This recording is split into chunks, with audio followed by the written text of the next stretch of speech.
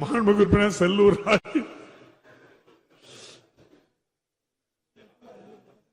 மாண்புமிகு பேரவைத் தலைவர்களே, மாண்புமிகு அண்ணன் நீர்வளத்துறை அமைச்சர் அவர்கள், எங்க பறவை பேரூராட்சி சமயநல்லூர் பகுதி, அந்த பகுதி மக்களுக்கு குடிநீர் ஆதாரத்திற்காகவும் அதே பகுதியில் விவசாயம் செய்வதற்காகவும் தடுப்பணை எங்களுடைய ஆட்சியிலே எல்லாம் வரைபடம் எல்லாம் போடப்பட்டு நிதிக்காக ஒதுக்கப்பட்டது.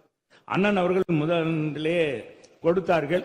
அதை திரும்ப இந்த ஆண்டு நிறைவேற்ற வேண்டும் என்று மாண்புமிகு நிதியமைச்சர் அவர்கள், மாண்புமிகு பேரவைத் தலைவர் மூலமாக மாண்புமிகு நீர்வளத்துறை அமைச்சர் அவர்கள் கேட்டுக்கொள்கிறேன்.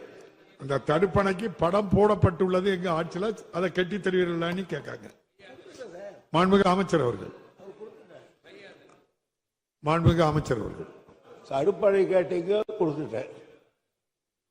இனி ஒரு முன்ன கொடுக்குறது என்னது?